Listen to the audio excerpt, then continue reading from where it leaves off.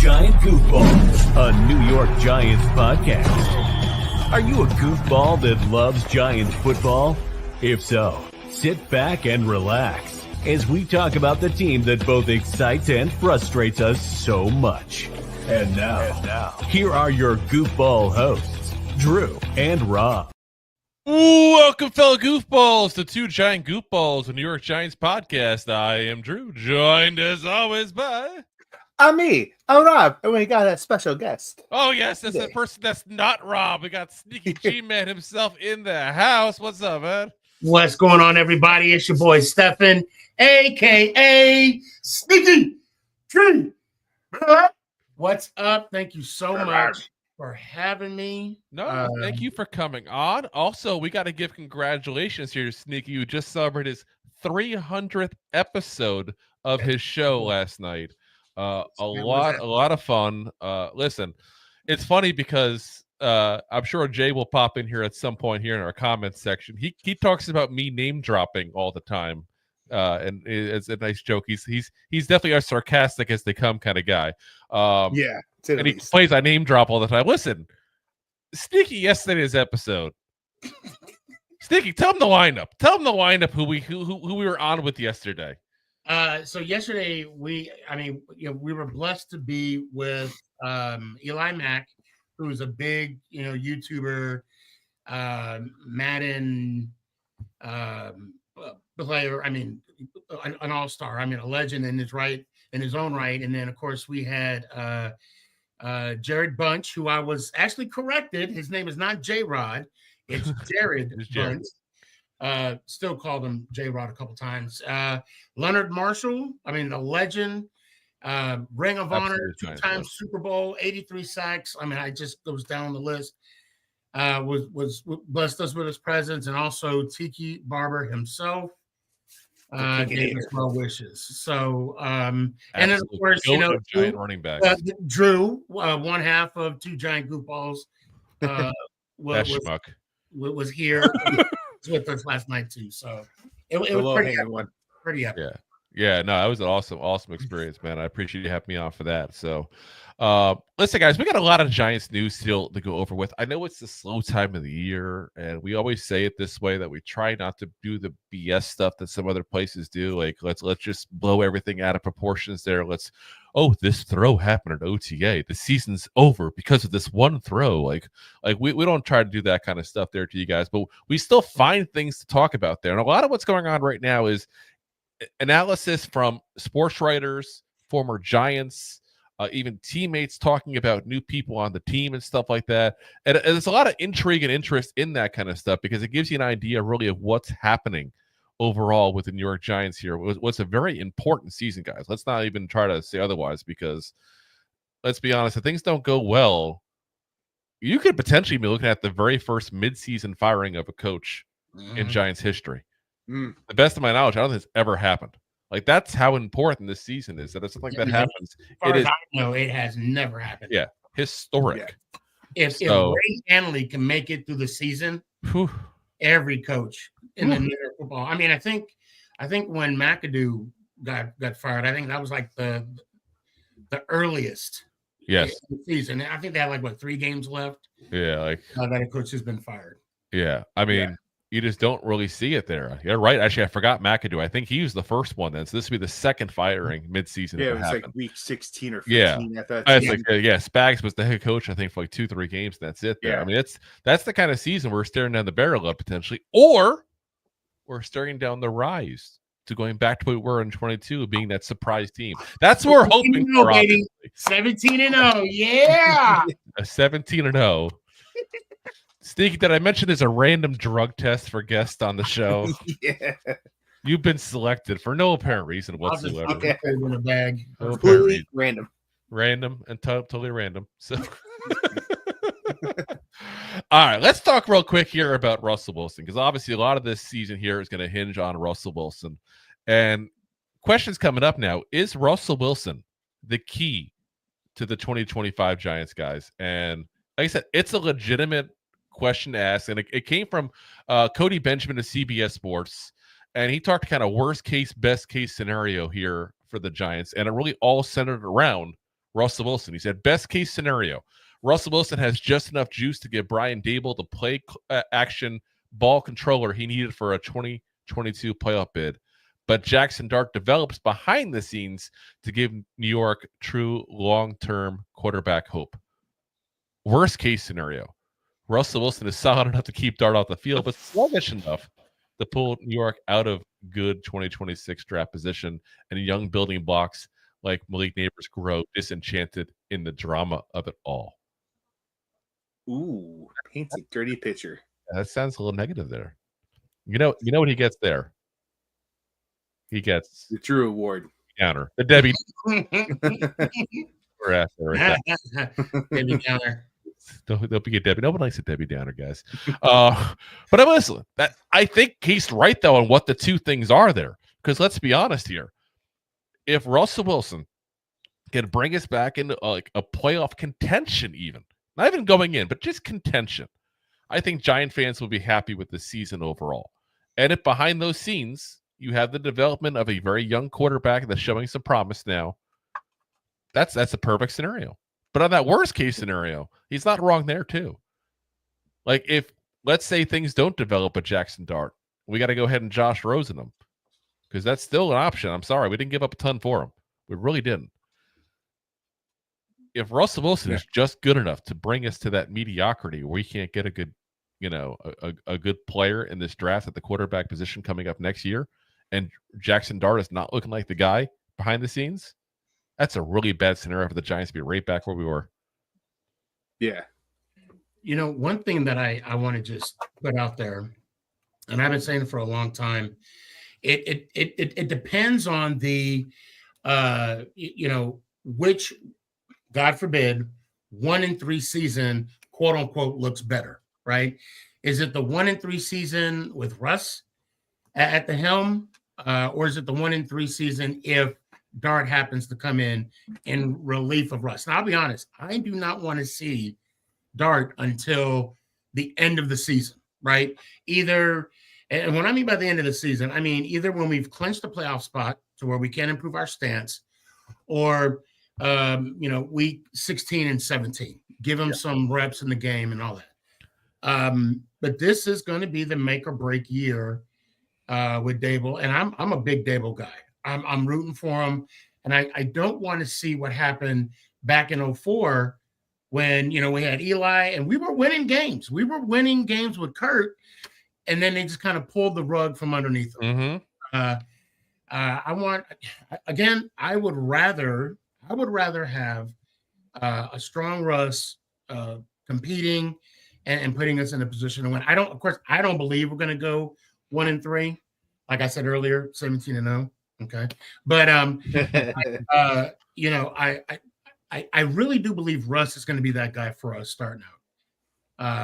If I'm not mistaken, Tiki gave him big praise yesterday. Yes, he did. That even got me more hyped up. And then Leonard Marshall said, all right, he quoted, I'm going to quote him. He said, quote unquote, our identity will be our defense. I have extremely high, I'm not getting too far ahead. Go for it. But I have extremely high expectations for this defense. That 2000 team we played against in the Super Bowl, I think we're going to be better in time. Maybe not this year, but in time, I believe we have the capability. We definitely have the personnel to be better than that defense that we played against in that Super Bowl. Yeah. Just my 2 cents. And I think it's safe to say our quarterbacks are better than Trent Dilfer. Yeah. No offense, Trent Dilfer. Yes. You guys whooped our butts that Super Bowl. We can't complain. But, it's like I said, it's an interesting scenario where one guy that you're basically bringing in on a rental deal basically for 1 year can really affect that much what happens here with this team. Absolutely insanity, guys. But that's where we're at here because of ineptitude at that position, forever ignoring it in the draft, not doing things you had to do to set yourself up for success. Even bringing a guy like Jameis Winston last year, who Rob and I were banging the drum for all offseason last year. Non-stop. Yes. Man. Literally brought out a drum on the set. It was spectacular. It was very nice. Yeah. It was a snare drum, if anybody's wondering. It was a snare drum. So I just think that we put ourselves in this position now, and now we got to hope for a best case scenario. That's really where we're at there. Let's see here. No Name says sit 4 to 5 games. If we 3-2, wait 2 to 3 more games. But that's the problem. I think wait longer. To me, you can't dictate what you do at Jaxson Dart based on the season. That's the same exact mistake we made with Daniel Jones. I was just about to say that. Yeah, the same exact. They were trying to salvage, the job there instead of letting him go. Pat Shurmur literally threw this man to the wolves. And granted, he probably had his best playing with Pat Shurmur that year, so it's kind of like a double-edged sword there. But he wasn't ready yet. And to be very frank, Eli Manning deserved better than what he got that last year as well. So, that's you got to do it based on what makes sense, based on how Dart looks and how the team looks. It's got to be that combo. Because let's say the team looks like crud on offense, and the offensive line is falling apart. Do you want to put him out there? No. No. You want to put him out at opportune times. Like, listen, a deal scenario for his first game is, week 17. We're about to, we know we're in the playoffs no matter what we do. Yep. We're playing against, I don't know, who we play against week 17? I got to look it up, actually. Doesn't matter. That's a division guy. I know week 17 we're playing against Dallas. Yeah, I thought so. Right. It was a division game. Yeah, at home. It's at home, too. Yeah. Right, but so maybe not week 17. I have tickets. I know. I have tickets. So. But tickets to every game. You got a season ticket. But I'm just saying, the best scenario is you put them in a game where you're in the playoffs, right? Your defense is on fire. Even if you're not in the playoffs, you're way out of the playoffs, but the defense is on fire. You let them go out there. Offensive line's working well. And, if he makes a couple mistakes, your defense is playing so well, it gets him the ball back. So he doesn't lose as much confidence when he makes those mistakes. Yeah. Like I said, we got to do it right by this kid. We really do. We cannot do the same formula the way we did Daniel Jones. No. If that was Eli's, well, it was Eli's last year, Eli should have finished out the season. Damn sure. Or at least done what we're talking about towards the end of the year. Yeah. Ryan's Big Blue Podcast. What's up, Ed? Says, what up, y'all? Think Russ is being overhated by some. He's a much bigger upgrade from Daniel Jones. Let me put it this way. You know that device that you put the football in that just like throws the football? That's an upgrade over Daniel Jones. Like, no offense to Daniel Jones to a certain degree, and that's kind of a jerk thing to say that. Like, I just pulled like a Talladega Nights, with all due respect. But it's like, you suck. Listen, we said it before. Daniel Jones is a great guy. He's a great individual. If I had a daughter, I'd be happy if she found a man like that. He's a really nice guy. Like he all accounts, everybody you ever hear that talks to him never says a bad thing about him personally, and that's very rare in this New York market. But he was a horrible quarterback. Yes, he absolutely was. And Russell Wilson, like I said, he's not the Russell Wilson of Seattle, but he's still a Russell Wilson that throws a really nice deep ball. Brings a lot of experience with him, and that is a massive, massive upgrade. The problem as far as him not being like, let me be very frank, is we praised somebody does in front of the media sometimes because he's very good about giving select answers to the media. Mm-hmm. That's right. But he just comes off as fake and smug. And I don't know if he actually is. I don't know the man personally. That's just how he comes off. And I know a lot of people have said that before about him too as well. Throw that in with the weird stuff that happened in Denver with The Office and the Let's Ride and Unlimited and all that kind of stuff. Like, I get it. I get why people are a little nervous about him. But, you're 100% right. We said it before in the show plenty of times. There's literally 3 quarterbacks right now better than any quarterback we had last year. That's the situation we're in. Because I'll include Jaxson Dart in that. Look, 3 quarterbacks. That's really sad. I'm sorry. Okay. Go ahead. Sorry. No, go ahead. No, when we first picked up Russ, when he signed that contract, that 1-year deal, I was just praying that he would not say nothing stupid. Just, that whole Let's Ride Unlimited, like you said, it turned a lot of people off. So when he said, go blue or go big blue, I'm like, okay, good. Yeah. First step. That's the first step. I feel Daniel Jones and back to Daniel Jones, I was rooting for him. Okay. He was driving the car. You don't want to wish your quarterback to crash and burn, right? I mean, if he's hitting the side rail, say, hey, maybe you should go to the right a little bit or go to the left, try and keep it straight. And he couldn't do that. He gave us a gift in 2022. Okay. which gave him that contract. And I blame somebody else for that. He will stay nameless. They had an option B. I'm sorry. Your asterisk. Yes, my asterisk. Yes. Saquon Barkley. I'll say it for you. Yeah. Thank you. I'm not. I can't say it again. Anyway, he's your Baltimore. They had to go to Plan B. He was the Plan B, and he looked like he was a deer in headlights after that. Yep. Wish him nothing but the best, and I hope we play him in a Super Bowl. Listen, I think he's going to start in Indy this year at some point, if not for a lot of the season, depending on what's going on with the injury to Anthony Richardson, and obviously he is maybe the one quarterback in the league with a lower completion percentage than Daniel Jones as well. On top of that, so he's got a chance. We almost got there. Robert says, "What's up, everybody? What's up, Stefan Sneaky G? Congratulations to the 300 episode." Thank you. There's plenty of people that get started this don't even get to 100, so 300 is awesome. Yeah. And Ryan's Big Blue Podcast says, try and sit Dart all year if you can, but don't rush him in, man. Yeah, listen, you have to do based on what makes sense, based on what he's doing and what the season's doing. You're not going to know until that gets rolling. That's what it boils down to. You're going to have to make a week-by-week decision. I would love it if he sits benched till at the very least just past our very late bye week. Because we only have a couple games after the bye week this year. It's a perfect time to put him in if things aren't going well, assuming he's ready. So, TP Way about what's up, man? He says, "Fire! We got the fire going." Yeah. This pot is on fire. We had an awesome moment with him yesterday. He met, his giant hero for the first time. Let me tell you, that man was like, I said point blank, and I'm wait to see what happens. This is going to be his Christmas card. He was next to Tiki Barber on the screen. He was all excited, like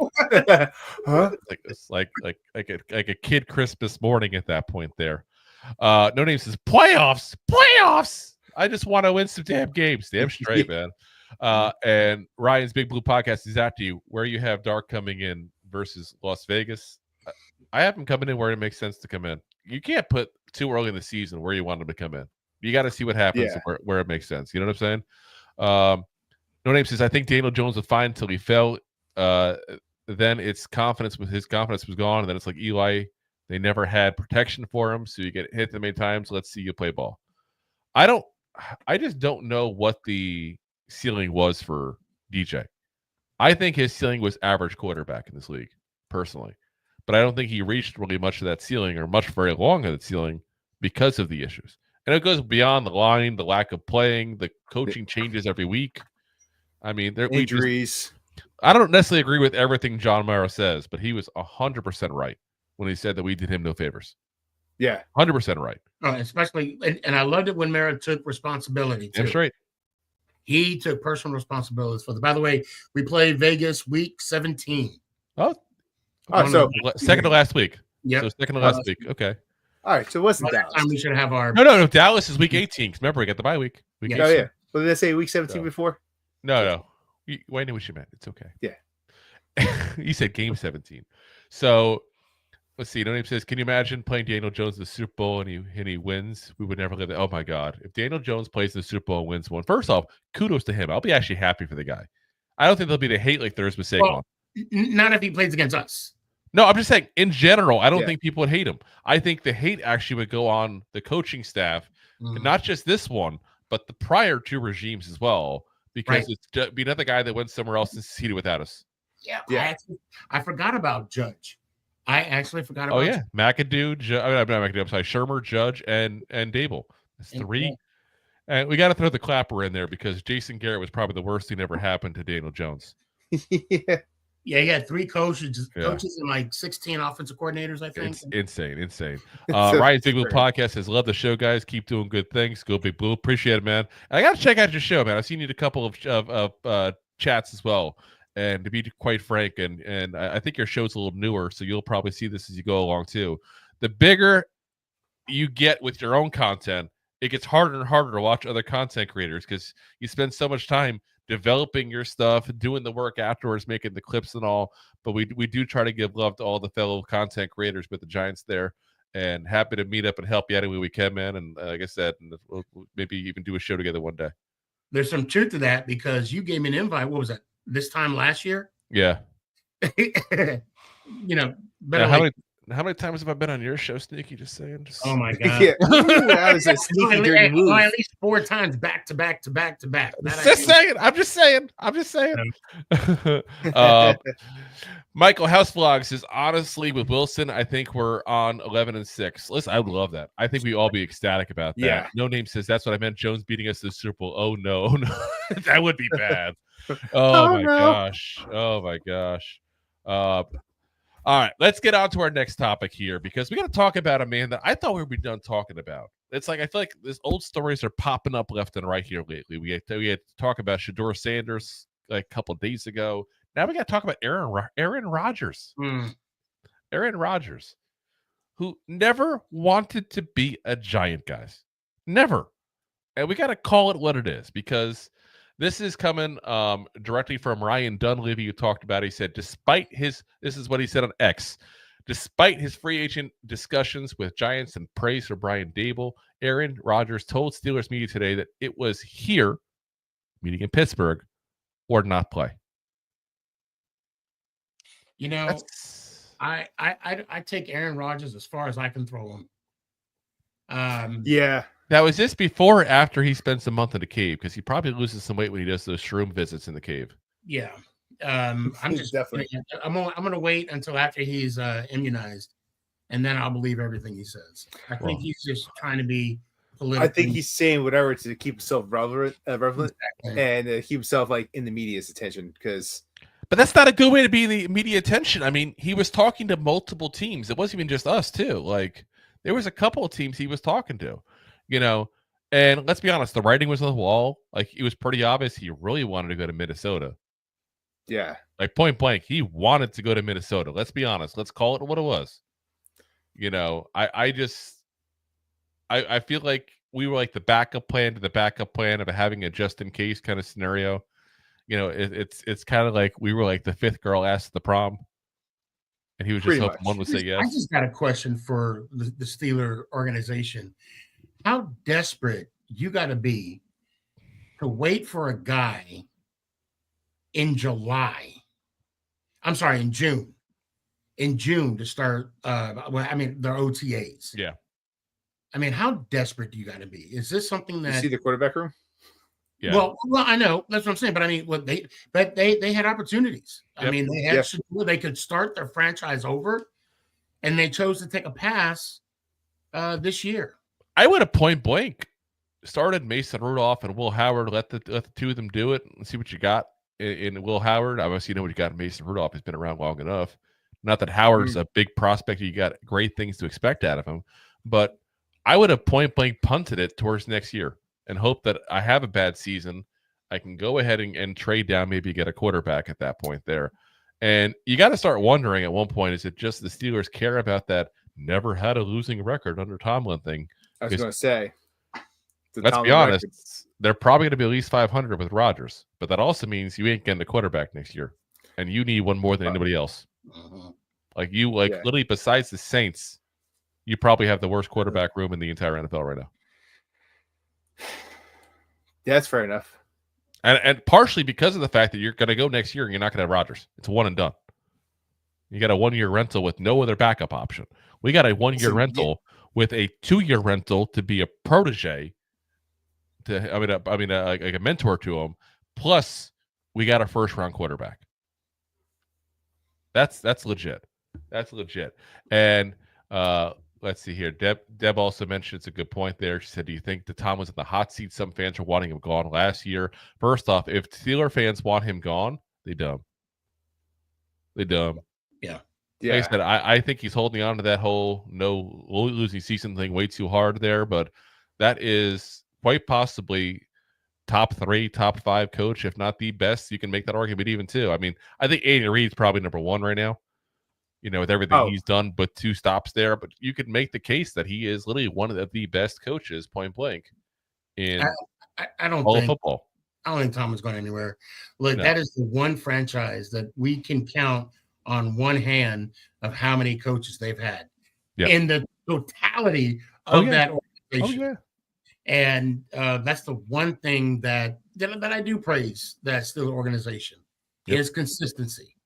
6 Lombardis, They were the laughing stock before that. Chuck Noll.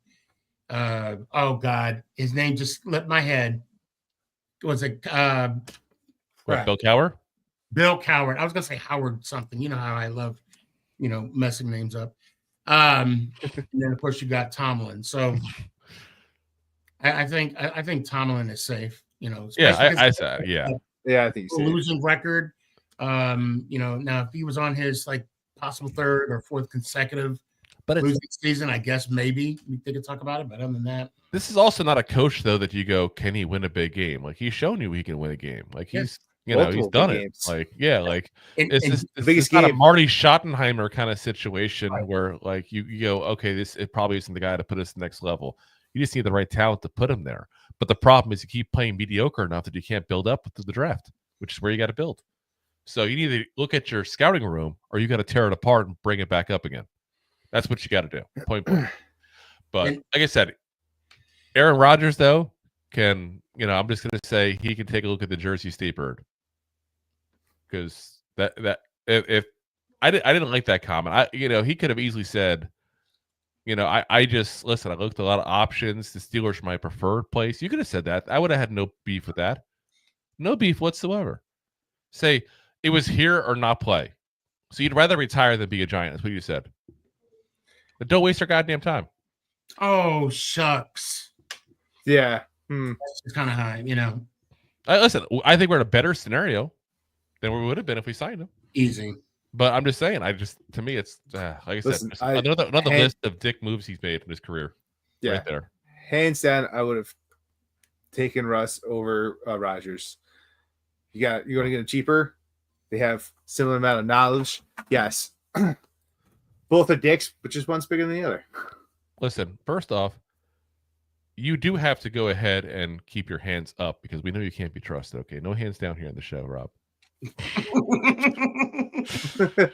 All right, let's talk about what should be the creme de la creme of the Giants 2025 season here. And that's the pass rush. I got to ask, will the pass rush be elite? And this comes from Dalton Wasserman of the Pro Football Focus. He says, led by superstar defensive tackle Dexter Lawrence and edge rushers Brian Burns and Kayvon Thibodeaux, the Giants ranked 7th in the NFL in PFF pass rush grade. By the way, guys, for all the crap, I got to pause that quote for a second because all the crap I keep hearing about how much our defense is the problem and Shane Bowen has to go. 7th. You name me one other thing we were 7th at in the entire league. Losses. Oh, wait. Besides most turnovers and things like that. Like I'm just saying, positive stat, we were the top 10 in the NFL. It's hard to find last year. There we go. The defense had one. Leave Shane Bowen alone. So he said, in addition to that excellent group, the team added Penn State's Abdul Carter with the 3rd overall pick in the 2025 NFL draft. Carter earned an elite 92.4 PFF pass rush grade while accruing 66 pressures and 13 sacks last season. He and 3rd-round draft pick Darius Alexander should bolster New York's defensive line in a big way. First off, thank you, Dalton, for including Darius Alexander because I feel like he keeps getting lost in the soul shuffle at that point. Like I get it, we added Abdul Carter. I think Darius Alexander is in a really nice spot here, sitting next to Dexter Lawrence, not having to worry too much on double teams, getting a great place to be to start his career. Like, let's be honest here. Does anyone here in the panel think that Darius Alexander is going to get double teamed at any point this year? Basically, No. Like seriously. Do you think at any point you go, hey, you're our best blocker. Go on Darius Alexander. Like he is in a perfect position as a rookie to start off with, and then you throw in, again, Abdul Carter, who, again, we keep saying in this show, temper the expectations because he's a rookie. I don't want people going in with you have to have 10 sacks, you have to have 20, QB hits. Like, no, let him be him and let's see what he is. He's a rookie. We don't know what he is. But what we do know is he's an upgrade over Azeez Ojulari. He's an upgrade over Timon Fox. He's an upgrade over Boogie Basham, which is not saying much at all, but that he is. Yeah. The only one of those three that was really any good, was really Azeez Ojulari, who was a pass rush specialist, is what he was. Horrible against the run. Carter doesn't have that problem. Carter also can cover. Ojulari couldn't do that. So it's an upgrade. We upgraded at very key components while we already had it as a strength. Plus having Dexter Lawrence all year long, who was on a historical tear from as far as Giants defensive tackles. I won't go NFL defensive tackles, but you can make the claim that if it wasn't for the injury, Dexter Lawrence could have very easily had the best season of any defensive tackle in Giants history. Hands down. I mean, I think, we mentioned on the show yesterday, Sneaky, Keith Hamilton had the 1 year of double-digit sacks, and he was a great player. When I look at all-time great defensive tackles that I've seen in Giants uniforms, Keith Hamilton's right there for me because the man was just underrated because he always played next to some of the bigger names. Obviously, they get sacks and get the attention, but he still was a pass rusher in an era that defensive tackles didn't pass rush. He still was a damn good run stopper, and he was a leader of that defense. Dexter Lawrence is also all those things to the next degree. Mm-hmm. Absolutely to the next degree. So, yeah, can this be elite? Yes. Yes. And it's all going to be based on one thing, the injuries. Can these guys stay healthy? Because Kayvon's had the injury bug his career, going back to college even. Dexter Lawrence coming off of an injured season, though he's been healthy primarily otherwise. You got some questions there. Abdul Carter, we don't know what he is. Darius Alexander, we don't know what he is. I think I'm going to speculate here. This is purely just my opinion. I have no way to back this up, but I honestly believe if we were in contention last year, I don't think you could take Dex off the field. Yeah. I don't think he would have gotten off the field. Say that about a lot of players, I feel like. I mean, I'm not too familiar. I can't recall the severity of his injury.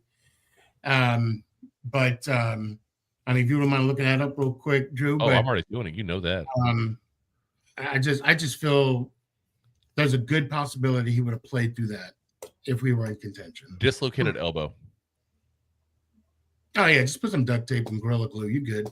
Yeah. Pop that shit back in place and let's go. Yeah. Eat some grass. You'll be all right. Yeah. Rip some dirt on it. Right.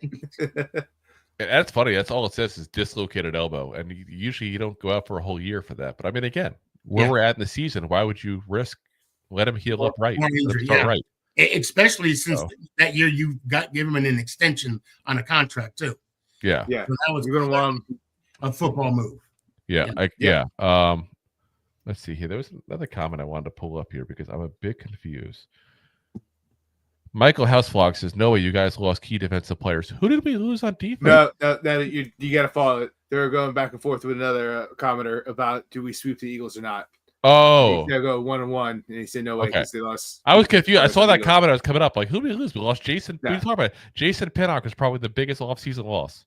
We talked about that Monday. Yeah, like that's and then again we upgraded. So yeah, like I said, this defense. I'm telling you guys, and you got to include we talk the pass rush because we talk in the reverse route. Having Paulson and Debo there, having Javon Holland there, having guys who are better at covering will also help the pass rush. It gives them a longer shot to get to the quarterback. So you throw in the rookies, you throw in a healthier Brian Burns, who was hurt for much of that year last year, guys. And really, if you didn't hear much of it from him, but you heard it from everybody who was actually in the locker room and the media afterwards, seeing all the hurt and pain he was going through at the end of the games. That guy warriored through that season. I give him a lot of credit because that's the season that, quite frankly, most people would not even try to warrior through. Right. Just sit on the IR and call it a day. And I feel like half our roster did. So I give him credit for that. Probably more than that. So him being healthy, like I said, and having better coverage, there's no reason this can't be elite. If this was top 7 in the NFL last year, with all the injuries, not having these additions, having much worse pass coverage, there's no reason this can't be a top 3 pass rush in the NFL next year. Oh, easy. Which is what I consider elite. If you want to say elite, you got to be top 3. There's no reason this can't be. I'm really excited to see the Phillips and our new pickup, the safety from Javon Holland. Yeah, Holland. Who's a great cover guy, by the way. Guys, look at how many years we wanted somebody who can cover a tight end. And then Debo. Matter of fact, Tiki was talking about Debo yesterday on the show. Yeah, Paulson Debo is like he said it was a beast size-wise and all too. Like he said he looked like a linebacker from far away. I mean, this defense is going to be Yeah. Easily top. I mean, and the type of defense we have. I mean, you said yourself we were what, seventh? You said in takeaways.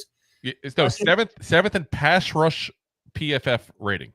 Okay, and that was with the youngest defense last year, and now that same defense got that 1 year experience in, so it's going to be exciting this year. Oh yeah, going to be a lot of fun. Let's talk about Brian Burns though, because he had a little talk here about Abdul Carter. We talked about before expectations with Abdul Carter, and again, I tell people all the time, keep him tempered. But I get it why fans get excited about this kid, because obviously the comparisons to Micah Parsons are right there. Giants fans feel like we kind of should have taken Micah Parsons when we had the chance ourselves in the draft, and obviously hindsight 2020 we should have. But this is coming, like I said, directly from Brian Burns. Actually, Madeline Burke put this on X. She said, Giants defensive end Brian Burns on his early impressions of Abdul Carter. So far, he's everything I expected. He's very twitchy, explosive.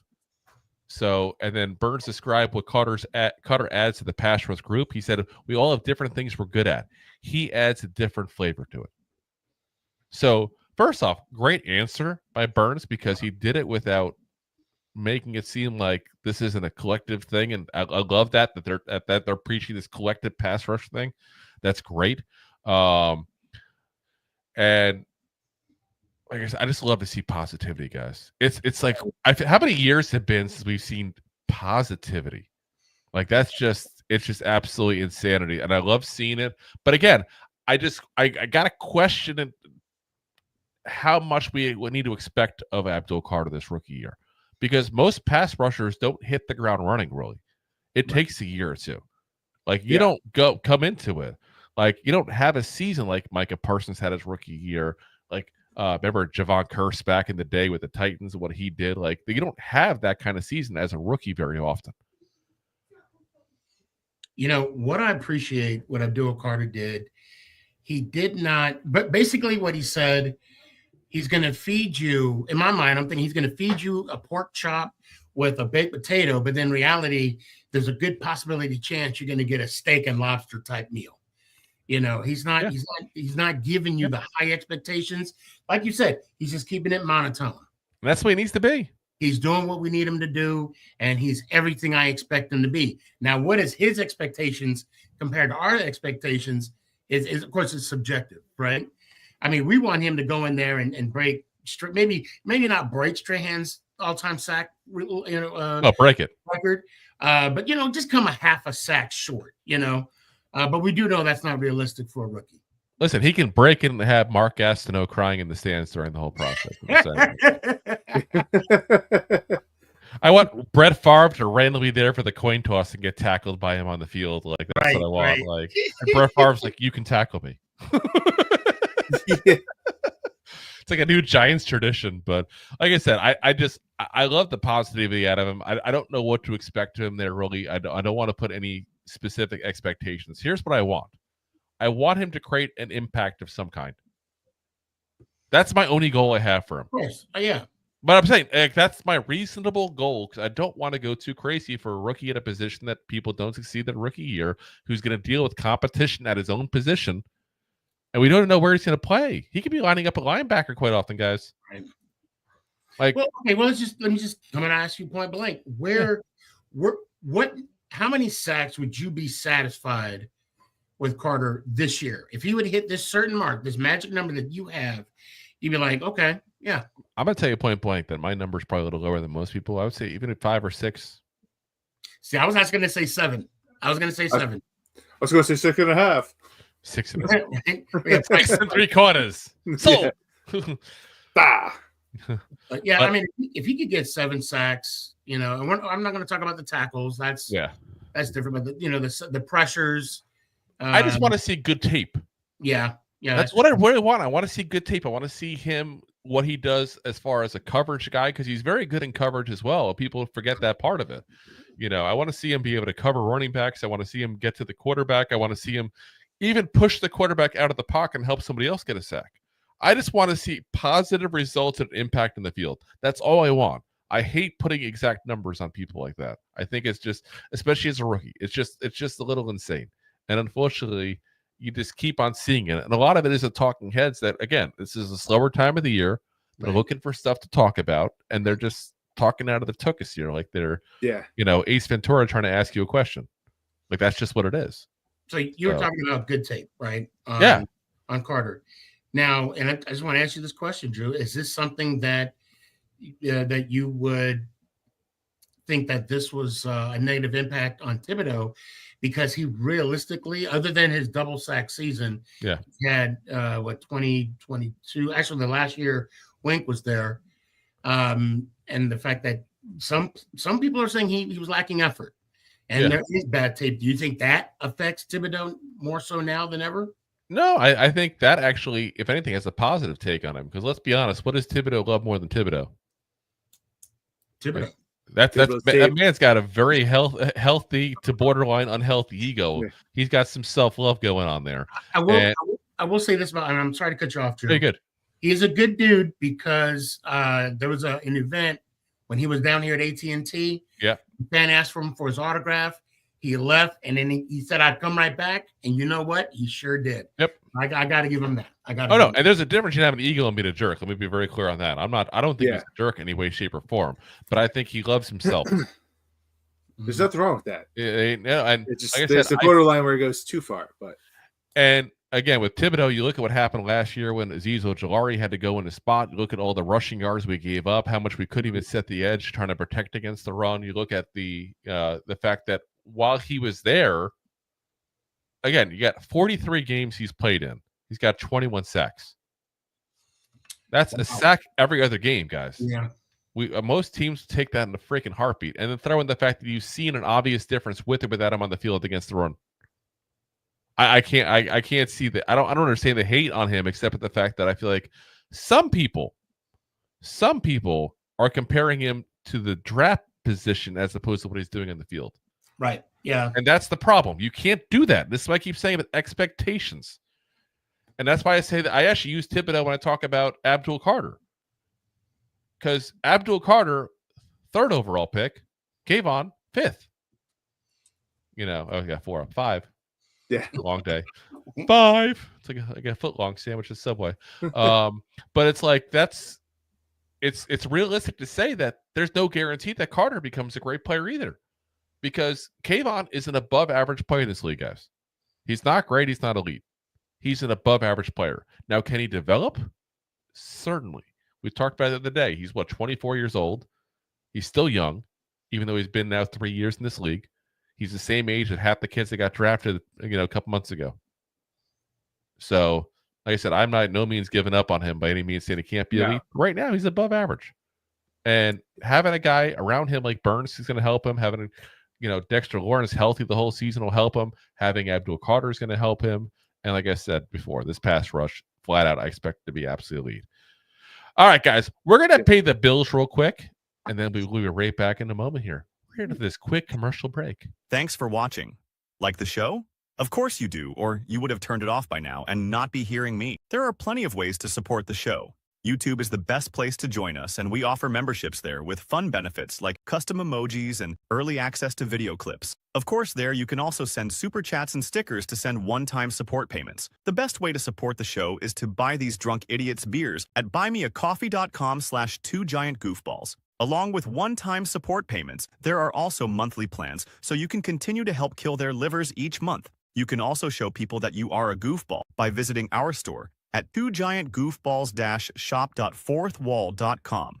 We got everything from shirts, hats, phone cases, funny candles, buttons, stickers, and even a 2 Giant Goofballs towel to dry off your goofballs. Of course, you can always support the show for free by simply hitting the like, subscribe, and share button wherever you are watching or listening to this. Hit the thumbs up on YouTube. Leave a 5-star review on Apple Podcasts. It helps the show tremendously, and quite frankly, the goofballs suck at marketing and need your help to get the word out. Thank you for being part of the Goofball Army and for taking the time out to support the show.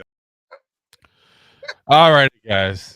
Look, we got Sneaky all cracking up here. Oh, talk about wiping off your goofballs. Listen, that's what towel's for. Out of the tub, you wipe off your goofballs. It is what it is. Listen, no one ever said we're right in the head. It's right in the goddamn name. 2 giant goofballs. Yeah. Like if anybody expected us to be entirely serious and not have a warped sense of humor, Today, the wrong show. Yeah, you listen to the wrong show. Wrong show. enjoying being a goof. Yeah. Go listen to Paul Ticino. He's he'd be more the guy that'll have that kind of attitude. We need to have a lot more fun than that. So, guys, we got a couple people real quick. I just want to say hi to them real quick. We've been getting a lot of comments here. We got a lot more stuff to talk about, and I don't want to exclude people either, though. So, Billy, appreciate you joining in there. Even though he did say, "Do you think Eagles sweep Giants this year?" And I see the Eagles gear there, so I'm guessing he's hoping for it. Listen, I mean, every season you never know. That's the beauty of it, NFL. And listen, that's one of the things I love about the NFL. You can go into this season thinking you know everything that's going to happen. You don't know. You have no goddamn clue. You know, to Billy's point, though, we got to start beating some of these teams. Damn straight. We got to start beating the Eagles. We got to start beating the Cowboys. And, I mean, the fact that the Commanders swept us last year, I mean, that was the low of the low. Okay? Yeah, we got to start competing better in our division to even consider being competitive throughout the whole league. Yeah, and it's the Cowboys and Eagles specifically. I mean, listen, I got to be honest. As much as it sucks that we got split by the Commanders last year, we were competitive in both those games at least. We get blown out consistently by the Eagles and the Cowboys. That's the two teams that, like, you want to show me this is a different team this year, then show up against those two. We were somewhat competitive against the Cowboys. The Eagles somewhat, but the last game they blew us out. Against the Eagles, Yes. But no more victories. We just gotta beat them. Guys had an Ant as well in the chat there. Says, "What's up, boys?" Oh, Ant, what's up, man? And then he also says, "Rob is definitely the eye candy." It's the shirt. Wow. It is the shirt. It's a very nice. It's like a Magnum PI shirt. I feel like that's been like a theme for you lately to have like a Hawaiian flowery shirt on. You know, the weather in New Jersey is turning. It was nice out today. It reached about 90. I felt like when I went to work today, I need to have an extra button undone. Yeah. That's just to sell more vacuum cleaners. I'm on to you. Yeah, they really suck. But you should get it. They have it, and I think the Giants Insider, one of the guys have it on and I've seen it on their show as well, but I saw it on Amazon before. They make a ship captain hat with the Giants logo on it. Yes. It would be perfect. As I'm saying, it would go right with the Hawaiian flowery shirt there. It'd be perfect get up there for you. We got this going. And then also got to say hi to Clinton Jones here. Says, "Hey, what's up, everybody? What's up, bud?" All right. Let's get he says it's going to be hot in Jersey tomorrow. What's considered hot? What's the temperature like, Rob, tomorrow? Is it a blistering 80 degrees? It was like close to 90 today. Close to. Ooh. Listen, you're surrounded by a guy living in Texas and a guy living in Florida. We know heat. Yeah, it was really sticky today. Really sticky. Yeah. And not even the good sticky either. Ooh. Well then. No diddy. Sorry. Yeah. This episode sponsored by Johnson & Johnson. Yeah. Listen, I'm just saying, if Listen, Johnson & we got special sell on the 5-gallon buckets. All right, let's see here. We got a couple more things to talk about here with you guys, and we got to talk about.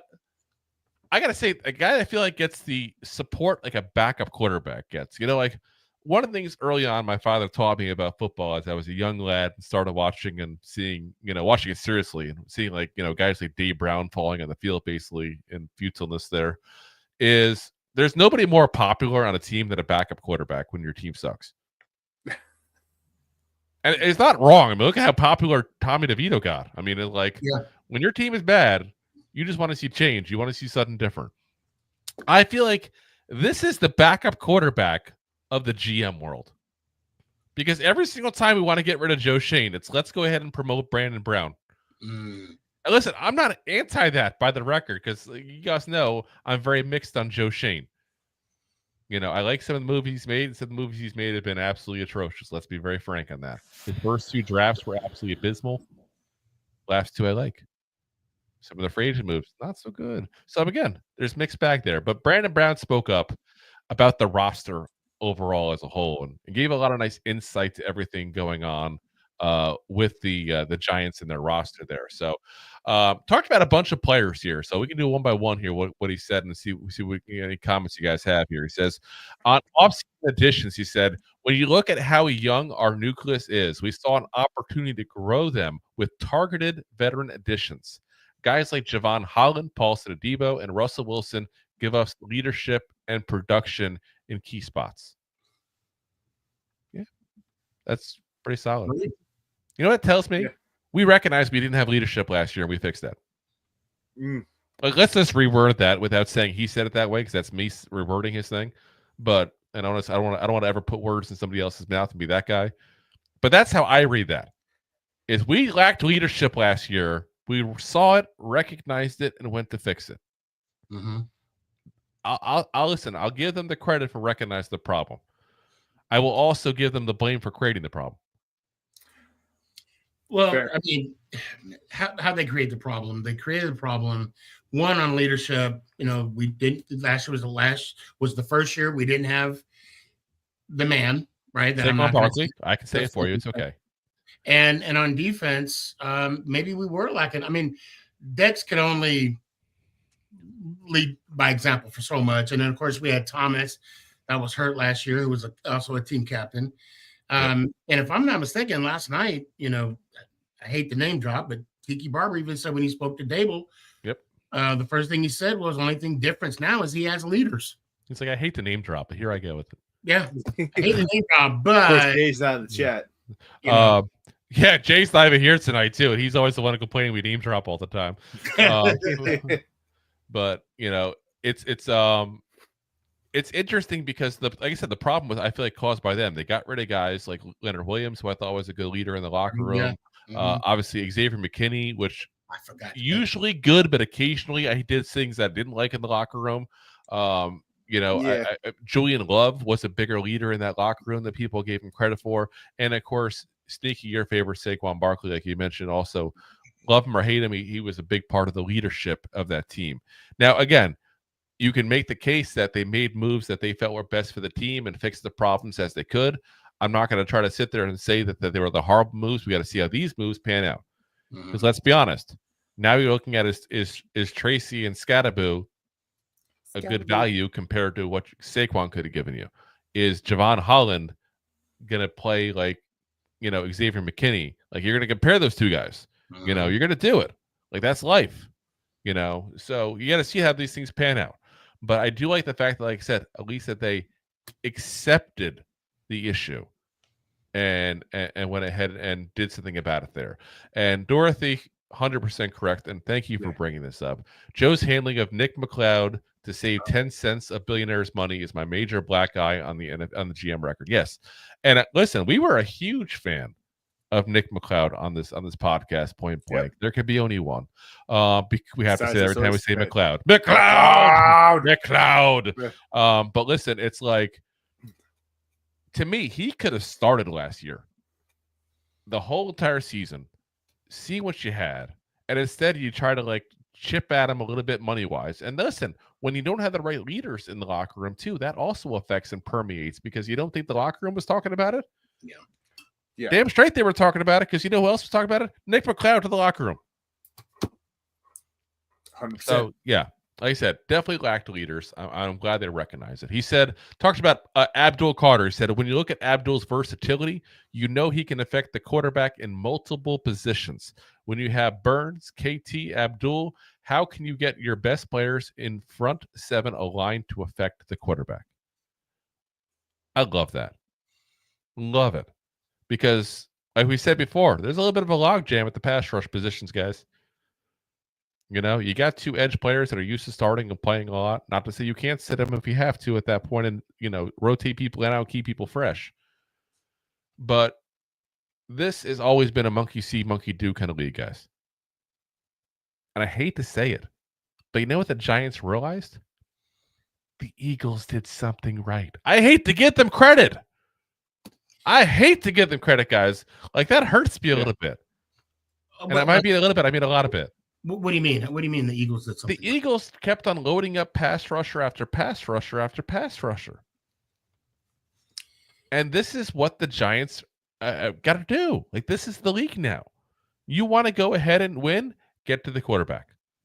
And the best bet to do is keep on getting guys that can get to the quarterback.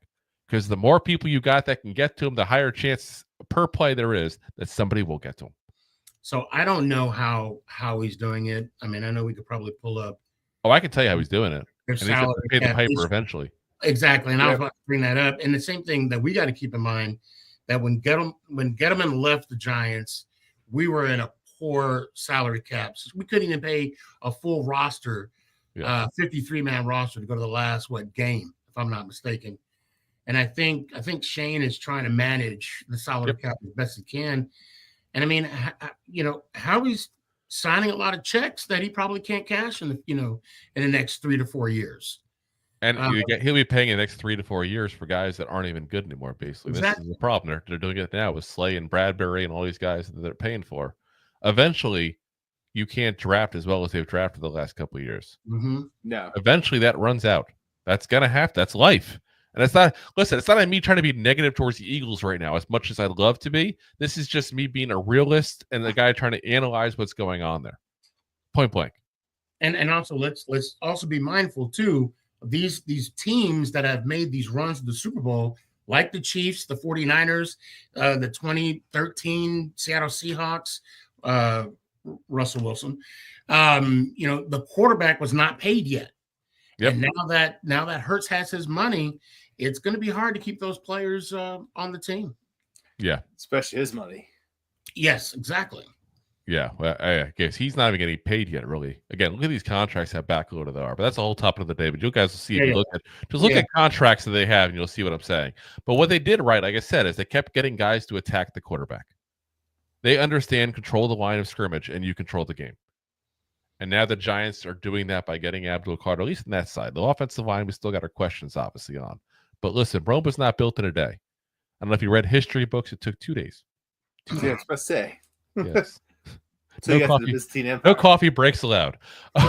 Brandon Brown on Jaxson Dart. He said he's kind of got that everyman feel. When we talked to players at the Senior Bowl, guys from different teams and backgrounds kept bringing up Jaxson as someone they'd want in the NFL with them. That stuck with us. Guys, we've been talking about his personality basically since we drafted him. Again, we didn't get the chance to know much of his personality leading up to our evaluation of him as a player. We kind of stick to like, this is what he does in the field, because we just have to look at so many goddamn players we were before the draft. It's not even funny. And we still stand by what we said on Jaxson Dart. We weren't a huge fan of his of some of the stuff he did. He's a prospect that needs time to develop. But I do love what you're seeing leadership-wise and personality-wise. I really do. And listen, that's not everything. We talked about it before. Again, Daniel Jones, great guy. Didn't mean he was a good quarterback. So it doesn't mean that Jaxson Dart's going to be one. Yeah. But I just like the fact that you hear a lot of good things about the man. And the Giants just did a social media clip I saw. I don't know when they put it on there, because I get random crud on my TikTok all the time there. But it's like, it was, who would you want to be a roommate with? And a lot of guys were going right over towards Jaxson Dart.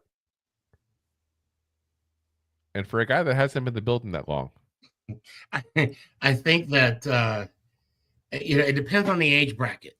If you're in like 19 to say 23, where sleep's not as valuable, you'd want Dart. But when you hit like the 35 to 45 range, you want Daniel Jones to be your roommate. Well, that time roll call was at 9. You know what I'm saying? It depends, because I saw a lot of 35, 45-year-old guys creeping up on his mom there, too, during the draft. So you never know. Right. That's true.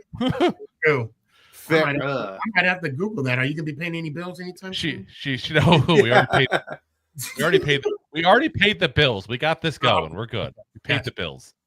We paid the bills again. I have to do some research. No, listen, you already did the research on this. I got to search for the archives. For science. She's an Instagram. She's an Instagram fitness person. I'll just put it that way. Jesus. No. Her name is not Jesus. That's a man's name. Okay. A man's name. That book's been around for a while. That book, yes. I've heard it's been sold a few times. Anyway, let's talk about Evan Neal here because he gave some comments on him as well. And I see Sneaky looking at his phone. Sneaky's not even paying attention. He's looking up Jaxson Dart's mom now. I know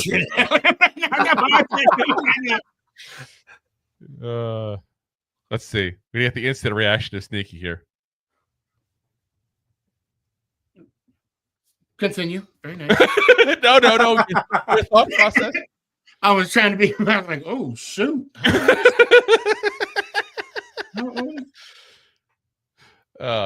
Anyway. Only what? Hold on. No, I'm playing. I'm kidding. She doesn't.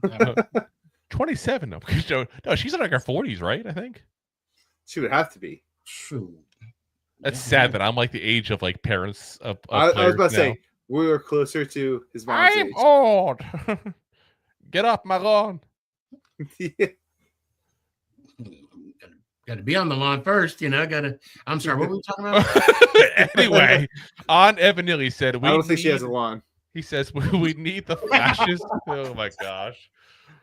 You can't say, I don't think she has a lawn as I'm saying we need the flashes. Okay. You can't do that. This is the stuff that gets us in trouble on YouTube. Probably it's not. But anyway. Warning, the opinions are not necessarily those of the Actual Goofballs, turf. even though the one saying it. Anyway, we're blaming Sneaky. This never happened before. No. Anyway, on Evan Neal, Brandon Brown said, we need the flashes to be consistent. He's been fully bought in with the move. There are not that many men as big as he is inside. And he's working with Carmen Priscillo, obviously, for those who don't know who that is, and James Ferentz, who's also one of the assistant offensive line coaches all spring. Now it's about execution. I'm glad at least he's on board with it. I guess he came out of the womb as a tackle, and now he's transitioned to a guard. Like, I don't know what's going on here. Like, well, let's just be honest. He had to make the move, or he'll be, what did he say? Flipping hot dogs and rolling hamburgers. No. He suggested we are flipping hamburgers. That's what he said. Well, that's what I mean. That will be his job if he didn't take this move or not. I mean, it's bad enough they didn't take his, his option year or his 5th-year option. And I think this is his make or break year. He did show 100%. some, flashes of improvement last year, but he has to do something. And I'm rooting for the guy. I wanted him. He's a Giant. We'll root for him as long as he's a Giant. Point blank. And I'll root for anybody who wears that Giants uniform, unless there's something way beyond that I can't, like outside of football that I can't condone. And luckily for the Giants, they pretty much gotten rid of people and where that kind of stuff happens. So, Deontay Banks, speaking of people that I have issues with, but they still root for him because he's a Giant. He said he's still growing. With Banks, about confidence and consistency. We think a second year in the same system and with better support around him will make a difference. I agree. Yeah. I love the last part. Yeah. That's like, they're not going to say we effed up, but they effed up last year with him. Like listen, Deontay Banks did him no favors whatsoever with how he acted on the sidelines, some of the plays and the lack of effort. Obviously, the Eagles one comes to mind because that was the big one everybody talked about there. But it's like, he was put in a position he wasn't ready for. And that's on the Giants for not getting a legitimate guy who could have at least competed with him for CB1. You forced the guy that wasn't ready, going against an absolute gauntlet of wide receivers last year. And then you expect him to just get embarrassed and take it.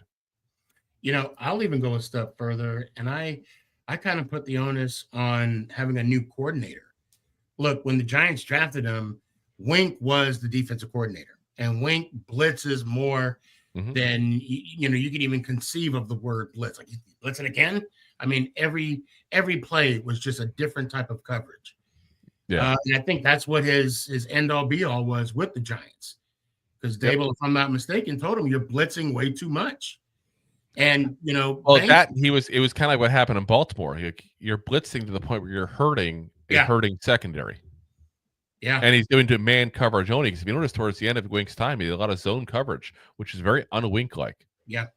And by the way, Deontay Banks had his interceptions latter in the year of his rookie year when they went to zone coverage. For everybody who keeps saying he can't do zone, he can do zone or man. He is a combo corner. Yeah, but he is more efficient playing man.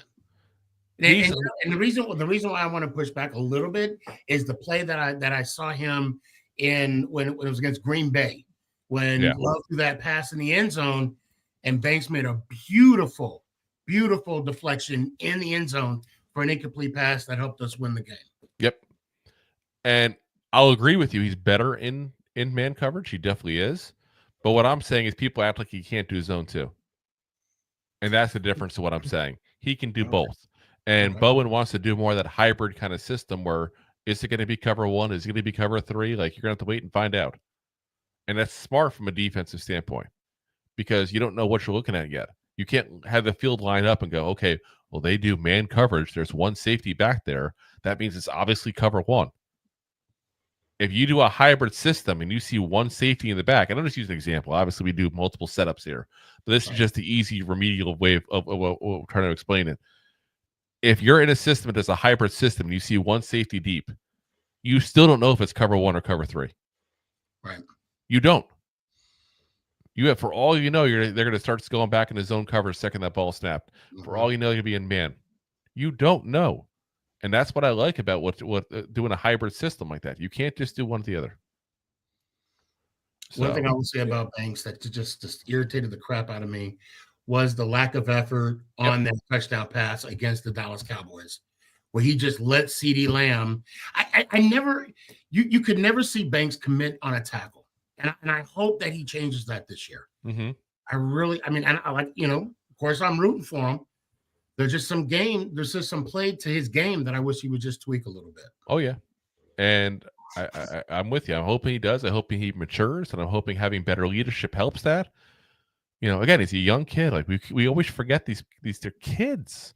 And listen, I get anybody in their 20s is probably going to go like, these old bastards call me a kid. Like, right. I get it. What do they know? They only played high school football, Listen, I was starting left bench, goddammit. I was good. But what it boils down to is you do stupid things in your 20s, especially your early 20s. And listen, anybody listening in their 20s, that doesn't mean I'm saying you're stupid and you're ignorant and you're a bad person. I'm not trying to say that whatsoever. Though, quite frankly, when I was in my early 20s, I was stupid. I was ignorant. I wasn't a bad person, but I was stupid and I was ignorant. Rob can attest because he knew me back then. He already said yes before I even said it. Right. Well, and it's a good point you bring up about lack of leadership, because what does leadership do? It holds the player accountable for his actions.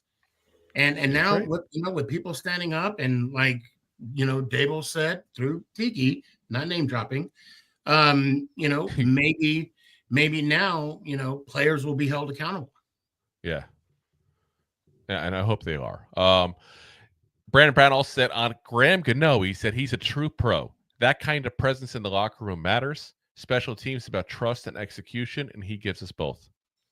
Listen, I'll take that as point blank him just trying to say something nice about somebody who probably should be out the door after he doesn't have a great training camp. Right. Yeah. Well, I think Brandon should have said, moving forward, he will not try to run down somebody on a kickoff return.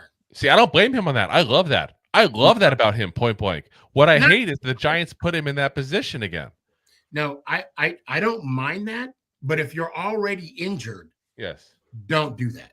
I mean, if you're that's reaction. That's reaction. You don't think about that in the moment. Right. If you're, Pat McAfee and you want to get a tackle, get the damn tackle. Yes. But if you already have a calf injury, and then you pull that calf and we don't have a backup kicker and we lose the game by 3.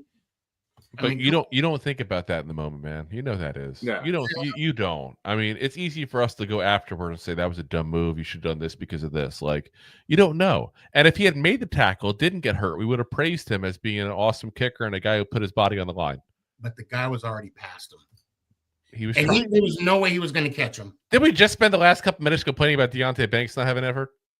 But what I'm saying is, I'm just saying, like, no. But Banks wasn't injured already. He did not already have an injury. He wasn't here where it matters. Injured at his heart. I'm just saying, like, that's I get your point. I blame the Giants for not saying, you know what? Hey, Jude, come off the practice squad for a game just in case. Yeah, that's where I'm at.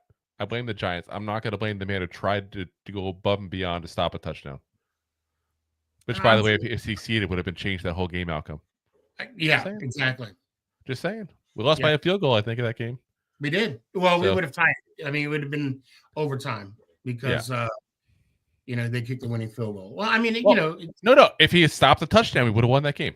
We would have been up by 4 when Neighbors dropped that pass and everybody blamed him for losing the game when he had already won. He already caught 2 touchdowns, but he's why he lost the game. That still irks me, that game. All right. Let's talk. We've been talking a little bit about Jaxson Dart. Let's talk a little more on Jaxson Dart there, because he gave some quotes on his comments on his teammates here, and I like that, because you haven't heard much on Jaxson Dart talking about his teammates. You hear teammates talking about Jaxson Dart. You hear former players. We've already said Eli and Phil Simms' thoughts in the last couple of episodes. I like the fact that he's talking about the teammates, because, again, this tells you what kind of leader he is. These kind of comments are to tell you what kind of person he is, not just in the media for his time in New York, which is a skill, but it's also what kind of person he is around those teammates when the cameras are off, probably as well. He said, I think when you come into a situation like this, first off, I'm in a super special position. And that's what they hate. Super special. I'm super special. But he said, So special. I'm in a super special position to be able to learn from guys like Russ, Jameis, and Tommy, guys who have competed at the highest level. First off, kudos for including Tommy DeVito, because that's a class act thing. Because let's be honest, Tommy DeVito could probably learn from Jaxson Dart. Like, can he teach him on the offense and think that he's learned and stuff that? Let's be very frank, though. Tommy DeVito is not nearly the quarterback that Jaxson Dart is. And I'll say that very confidently before he even took a snap in the NFL. And you guys have know, again, that I've said point blank that I'm not sold on Jaxson Dart as a quarterback yet.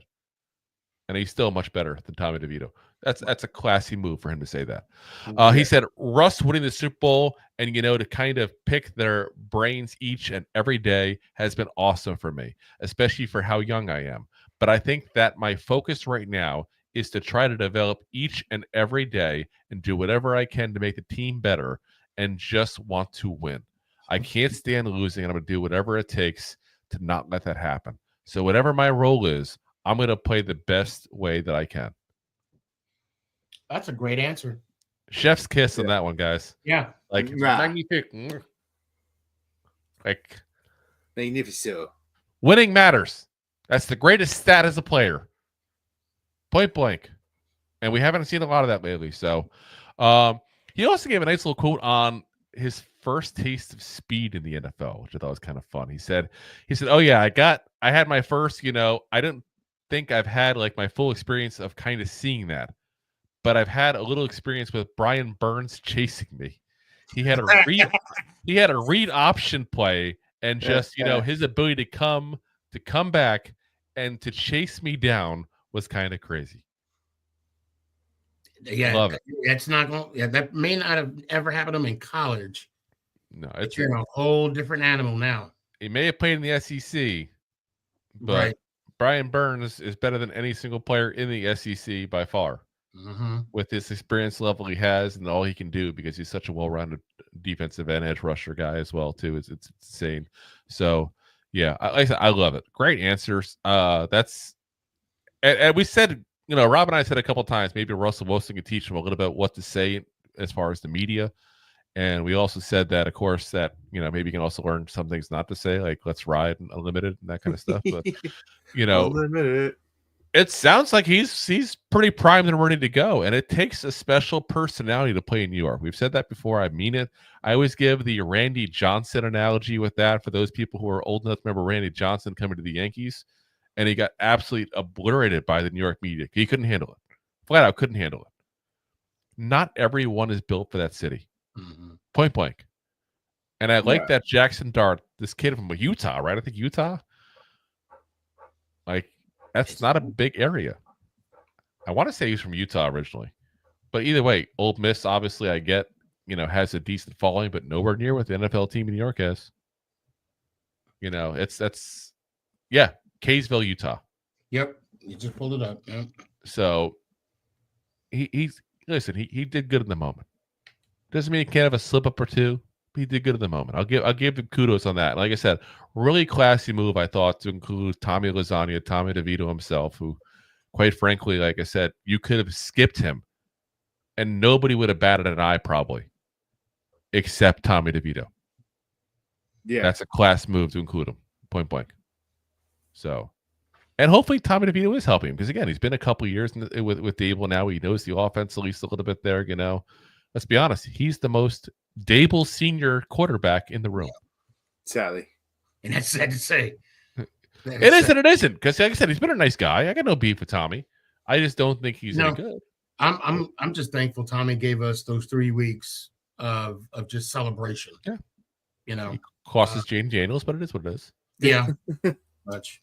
I'll take the wins any day of the week over a player, point blank, because it's nothing to say we wouldn't have ruined Jane Daniels if he came here. It's the truth. Yeah, you don't know. It's like, where you go, it matters a whole lot more than people want to say. All right, we got one more segment here to go over with you guys. Real quick before we do is I see Deb there talking about it. She said it took the Giants 44 losses to realize DJ was not the franchise QB. Tay Banks will be on this team for at least 7 more seasons before they decide if he's a quarterback too. And she also says, did you all see Bobby Skinner's compilation of all Dart's big throws of 2024? Pretty impressive. Yes, I did see it. And I also saw a lot where he was doing game by game. And you got to see the drops and that kind of stuff as well. So you kind of got to actually see specifically how they were. Listen, Bobby Skinner, point blank, you all know that listen to the show on a regular basis. I will always give that man props. Great guy, great content. I definitely recommended people to follow him. And like I said, glad he's doing success now riding solo. He deserves it. I definitely co-sign that. Shout out, Bob. Yeah, definitely. And then Deb says, seconding that, saying Skinner has done great film breakdown on Dart. Point blank, he's really good at what he does. Deb says, I've read that Tommy DeVito's value is that he knows the Giants offense. Yes. And his other value is the fact that if there's an injury, you can make him the backup and bring him up from the practice squad, assuming he makes it to the practice squad. Nobody takes him. And again, you don't have to force Dart into a game. Yeah. That's his value. Those two things combined. And I think the latter is missed by a lot of people. That's the value. Because the last thing you want to do is have to force Jaxson Dart in because we have a couple of injuries to the quarterback position, which can happen. Yeah. And then Dorothy also says Zach Wilson's value is that he knows Dart's mom. Oh, wow. Shots fired. Shots fired.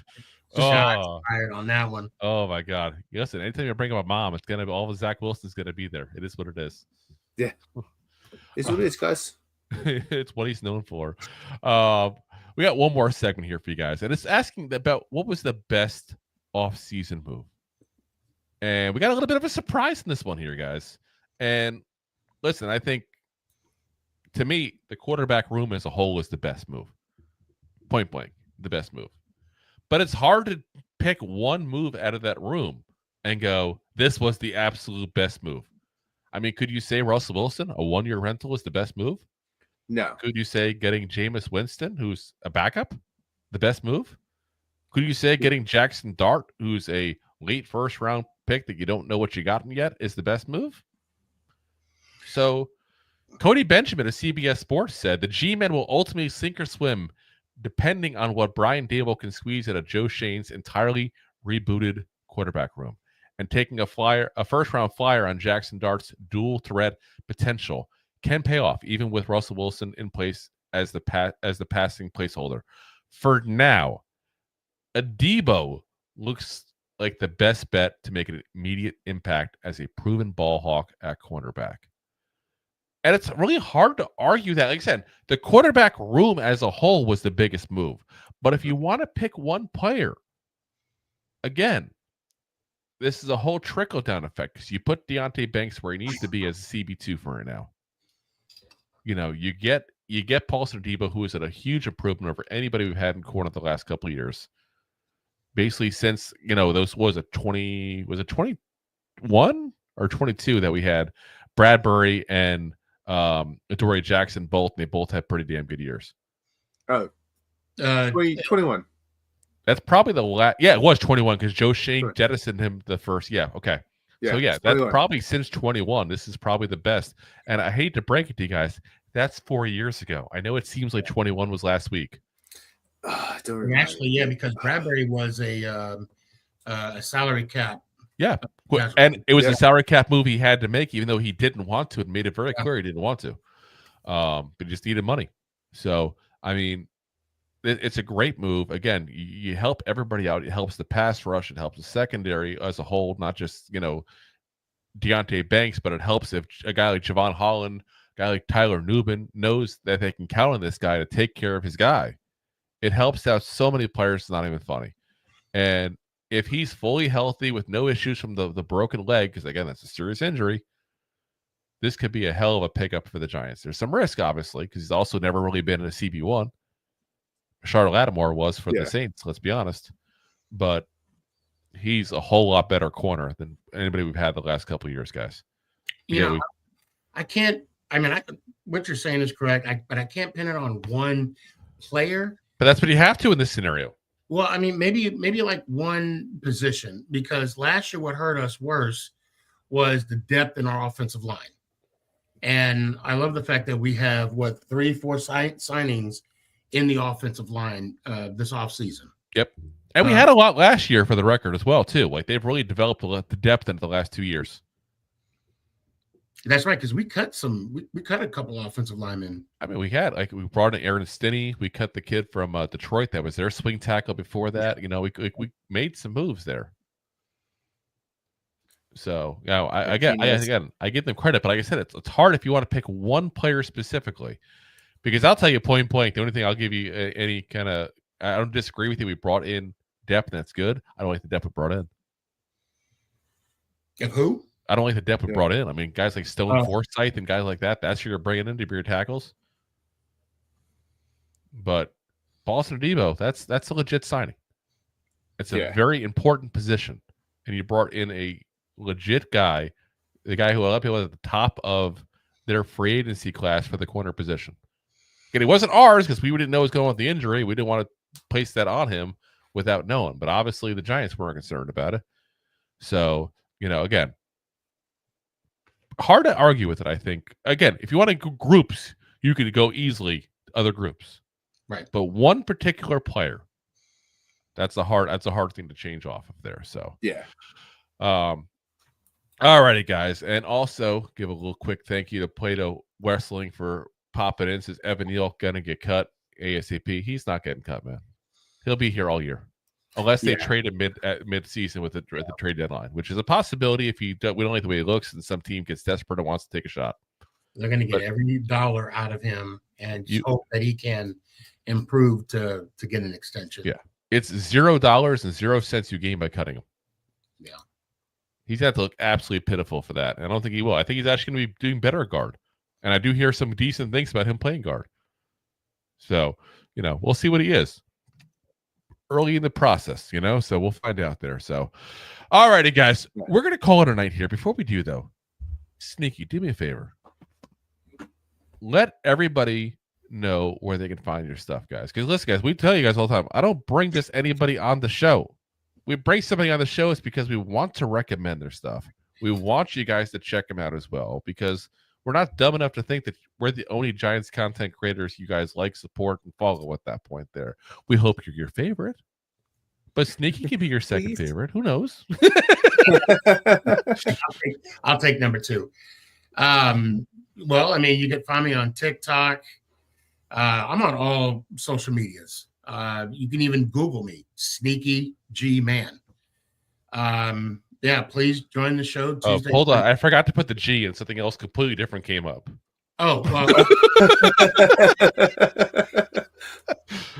But YouTube, I mean, you can find me anywhere. Drew, I just want to say thank you for allowing me to come on. This has been fun. Would love to do it again sometime, especially during the season.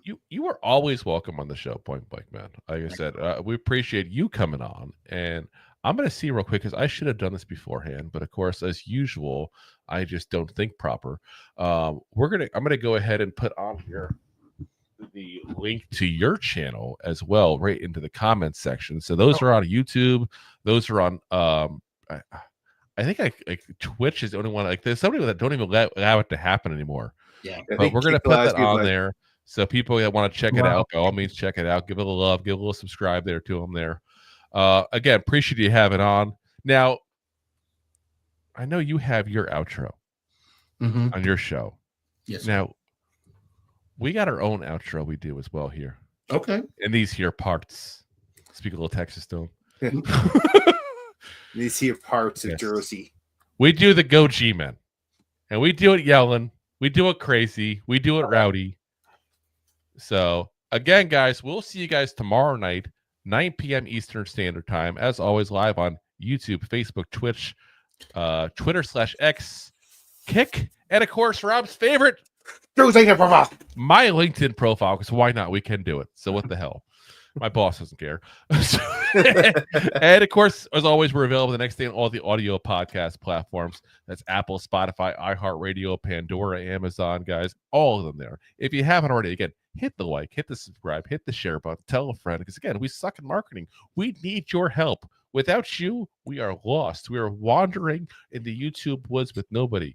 Again, I say YouTube because we always do tell you guys that is the preferred platform because YouTube loves us more than anybody else as far as money-wise, so it does help our pockets, we'll admit it freely. So, again, appreciate you guys for watching. And as always, Giant fans, go G-Man! Go G-Man! G-Man! Thanks for listening to Two Giant Goofballs, a New York Giants podcast. We appreciate your support. Thanks so much. Please, I'm begging you. Please subscribe.